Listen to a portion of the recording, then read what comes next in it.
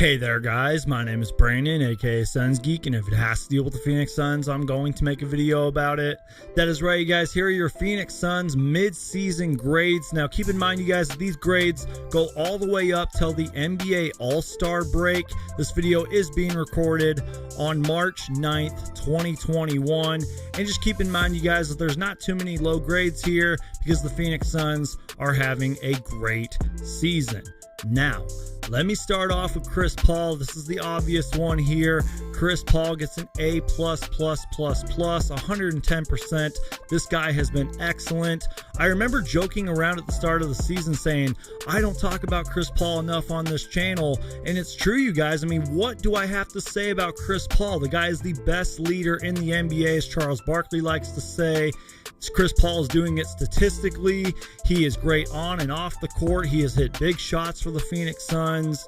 He's a Hall of Famer. He is a first ballot Hall of Famer. He's one of the best players in the NBA, one of the best point guards of all time. Chris Paul gets an A+. Moving on to Devin Booker here, he gets an A-. A little bit of a slow start to the season. I was super critical of Devin Booker and his turnovers. I kept saying that he doesn't look like the Devin Booker that we all know and love, but Devin Booker has really responded. He's cleaned up his turnovers. He's been great closing games, hitting big shots for the Phoenix Suns. He won the February Player of the Month award. That was the first in his career, surprisingly. He's going to have many more Player of the Month awards down the road. He's a two-time All-Star, and I really feel like Devin Booker is going to pick it up in the month of March and April. Moving on to Cam Johnson, he gets a C+.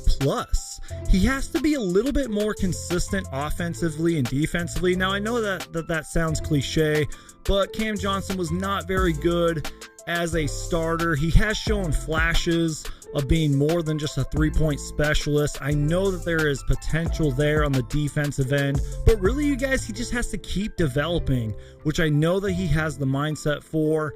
And then moving on to Mikal Bridges. Mikal Bridges gets a B-. He also has been a little inconsistent on the offensive end. At the start of the season, he was looking like a most improved candidate. I think he was averaging like 15 points a game, but you know what, you guys, each and every single night, Mikal Bridges guards the best offensive player on the opposite team. He's an incredible defender. He has been solid from the three-point line, especially from the corner, 42% from three this season. But, you know, a little bit of inconsistency on the offensive end. And I feel like Mikal Bridges and Cam Johnson kind of tie in together. I mean, they just basically have to keep developing and keep showing growth throughout the rest of the season, which I know they both can do. Now, this next one, you guys, is Deandre Ayton. He gets a B-. You know what? Everything that has been said about Deandre Ayton, negatively or positively, has been said. Deandre Ayton gets a B-. He is great defensively. I think he's actually overlooked on defense. But you guys, Deandre Ayton is a mystery. He's very inconsistent. Sometimes it looks like he's not even fully engaged. And you know what, you guys? If the Phoenix Suns are going to make a deep playoff run, which I know that they can do, Deandre Ayton has to be engaged each and every single game for all 48 minutes. Jay Crowder gets a B-. He's a great veteran presence.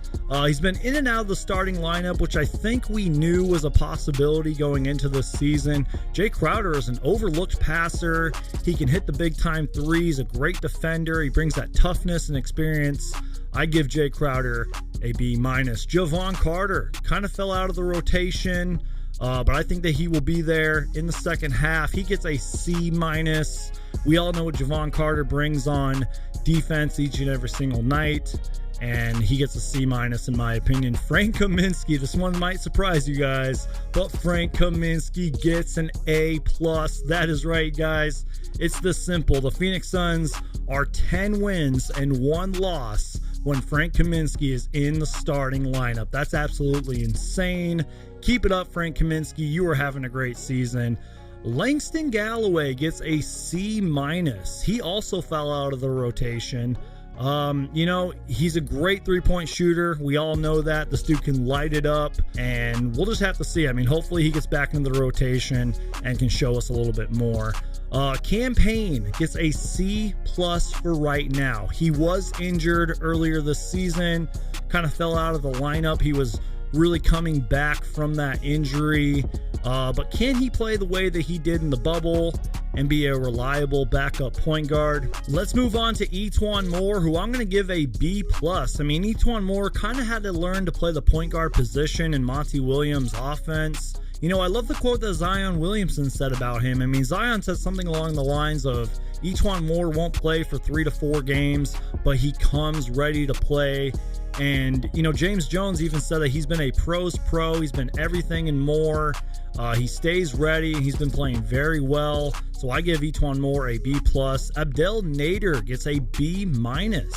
I think Abdel Nader needs more minutes, in my opinion. I mean, he's very aggressive. He's got athleticism. He's got a high IQ. The dude just plays hard.